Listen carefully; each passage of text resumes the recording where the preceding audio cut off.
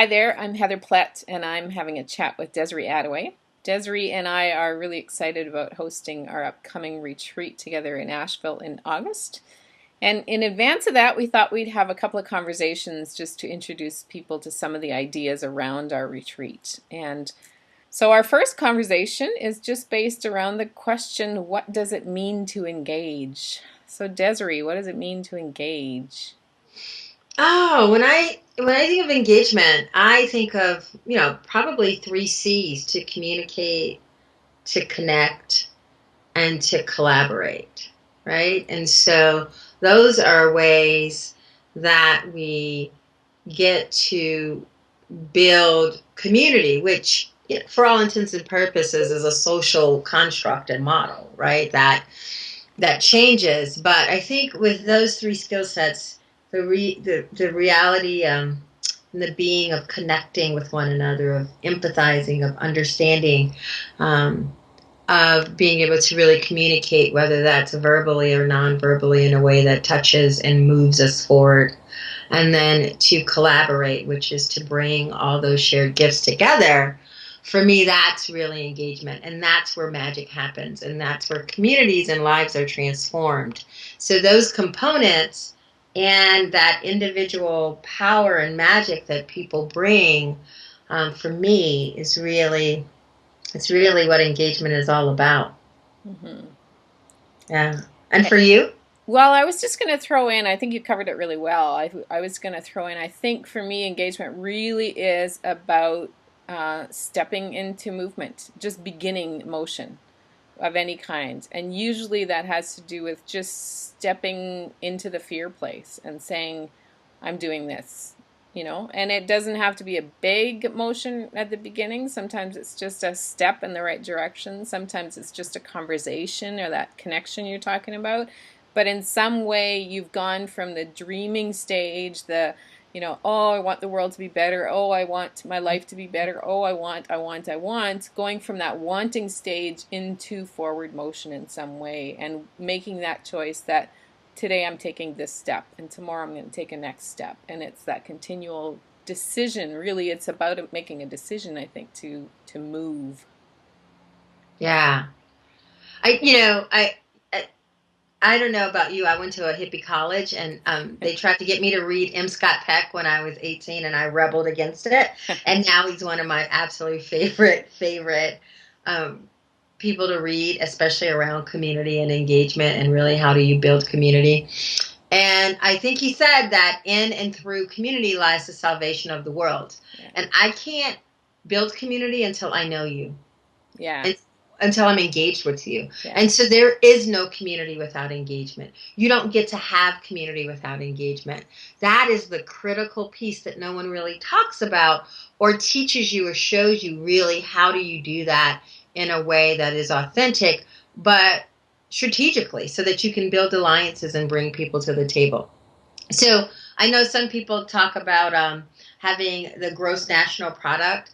It was Mary Pfeiffer who said, it's really how many people you truly know and care about, and how many people who truly know and care about each other is how we should define our richness. And Yeah. so I say to folks who are listening to this, how many people do you truly know and care about, and that are engaged, that are connected to you, but also are connected to each other? Because that's the legacy that we really leave the world. Yeah.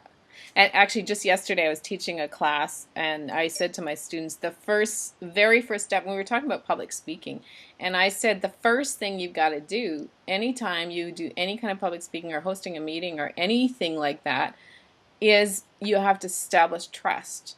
And you establish that by making yourself a little bit vulnerable and by opening yourself up to each other and creating that open space where a relationship can happen and those connections can happen.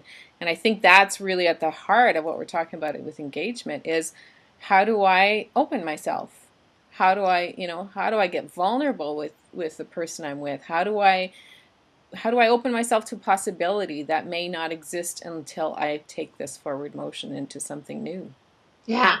And one of the things that you and I will be spending real time and digging into with the folks at the retreat is when we're going to be talking about what does it mean to be the other in engagement? What does it mean to be the only one sitting at that table?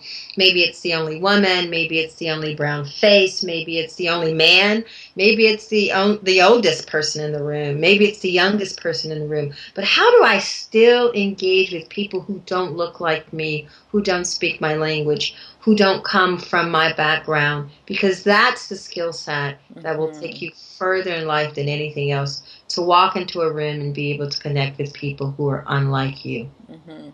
And that's something that you and I both have a fair bit of experience and Yes, background we do. in, and we love to do. So And it's we really, love to do that. and We love to do just you mentioned that, and I just want to say to anybody listening to this that Desiree and I are going to have a, kind of a series of conversations leading up to the retreat and give you a few little goodies. So this one, first one was about what does it mean to engage. We're going to be talking about how to engage when I'm afraid.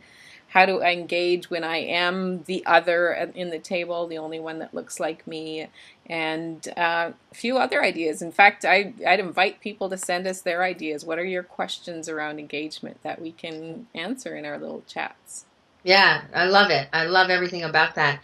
And, I really am interested too in, how can you be fiercely courageous so that you can engage Mm-hmm. to get work done, Mm-hmm. right? I mean, for us, this retreat is really what makes it different is it's not just about us, right? Yeah. It's how do we take ourselves and open it up and take it out into the world. Yeah. Um, Self-care is important, but for me, what's more important is that exploration of taking me out into the world and really connecting with people. And so that's what we're going to bring, and that's what we're hoping that will invite the right people who want to come and engage with us to the Yeah. table.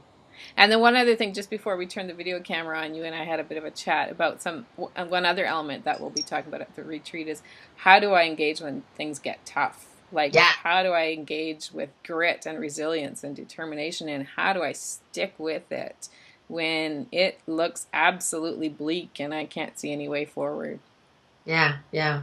We're two tough old birds, right? And that came from years of work, and Yeah, that came from falling down and getting back up, and that came from running marathons and not just 5Ks or sprints. So exactly. we're in it for the long haul in terms of community transformation and the work that we do. And I've got 25 plus years, you've probably that or more. So yeah, how did we stay with it? Yeah, yeah, What does that mean to be yeah. in it for the long haul? All right. As always, it's great talking to you, but we're going to save some of this for other conversations. You and I could talk forever because we've just gathered so many ideas and thoughts on this topic, but Yeah, we'll save it for some future conversations. absolutely. So, talk to Hope to you. see all of y'all in Asheville. Exactly. We still got spots open, and we are. I just want to say that we are really, really setting an intention to draw the right people. We want people there that are ready to take that forward motion and really engage. We want people that are just hungry for change in the world and hungry to be that person that makes a difference. So show up if you're that person. Love it. See y'all